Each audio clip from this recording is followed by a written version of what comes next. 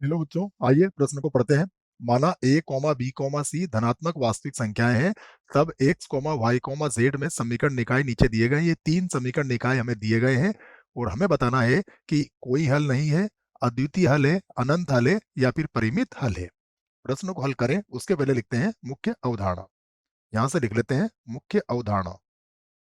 मुख्य अवधारणा में हम प्रश्न को हल करने की विधि पर चर्चा करेंगे या फिर प्रश्न के लिए जो सूत्रों का प्रयोग किया जाता है उनकी बात यहाँ पर करते हैं।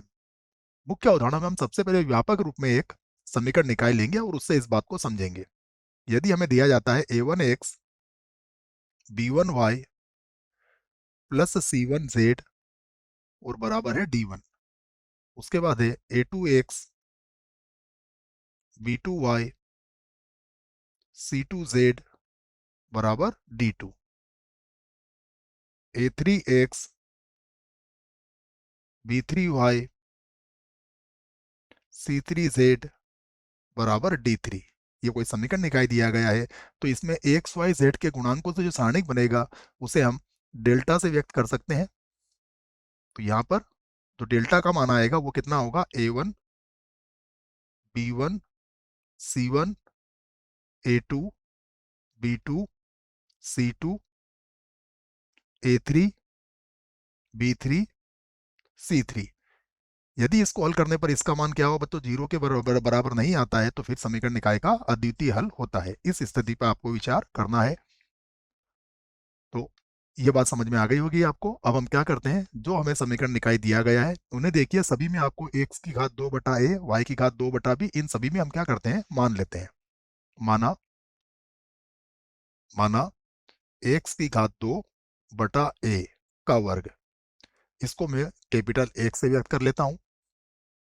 y का वर्ग बटा b का वर्ग, इसको हम कैपिटल Y से व्यक्त कर देते हैं। और उसके बाद z का वर्ग बटा c का वर्ग, इसको हम कैपिटल Z मान लेते हैं।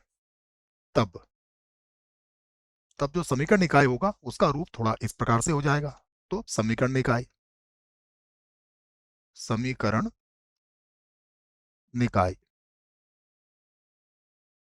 देखिए, ये बन जाएगा समीकरण निकाय हमारे पास x plus y minus z.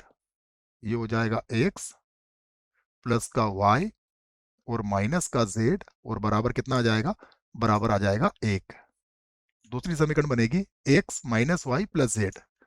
ये होगा x माइनस का y प्लस का z और ये बन जाएगा 1 बराबर 1 लिख लोगे आप। उसके बाद ये होगा minus x plus y plus z. ये होगा माइनस का एक्स प्लस का वाई प्लस का जेड और बराबर कितना आ जाएगा, ये बराबर आ गया है 1। अब हम इससे संबंधित सारणिक बना सकते हैं इसके गुणांकों की। तो यहाँ पर डेल्टा मैं लिख लेता हूँ, ये होगा 1 1 माइनस 1, उसके बाद 1 माइनस 1 1, उसके बाद माइनस 1 1 और 1।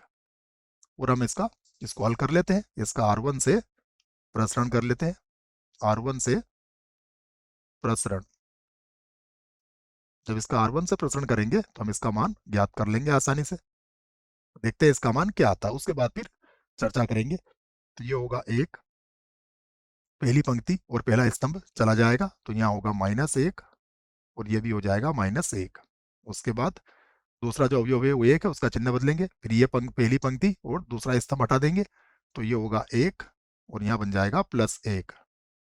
उसके बाद माइनस 1, तो ये पंक्ति और स्तंभ हटा दिया, ये होगा 1 और फिर से हो जाएगा माइनस 1। हल करते हैं तो माइनस 1 और माइनस 1 माइनस का 2 हो जाएगा, तो ये हो गया माइनस का 2, 1 और 1 2, अर्थात ये भी हो गया माइनस का 2। और इसको हल करेंगे तो ये तो 0 हो जाएगा। तो हमारे पास कितना आया, माइनस का 4। इसका अर्थ ये कि ये 0 के बराबर नहीं आया, इसलिए इसलिए क्या होंगे, अद्वितीय हल होंगे। इसलिए अद्वितीय, जैसा प्रश्न में कहा गया है, देख लेते हैं, अद्वितीय अद्वितीय हल होंगे। विकल्प देखते हैं विकल्प कौन सा सही है। तो ये तो गलत होगा, अद्वितीय हल जो है ये हमारा उत्तर आया है, अर्थात ये सही विकल्प होगा। आशा करता हूं बच्चों प्रश्न का उत्तर अच्छे से समझ में आया होगा। धन्यवाद।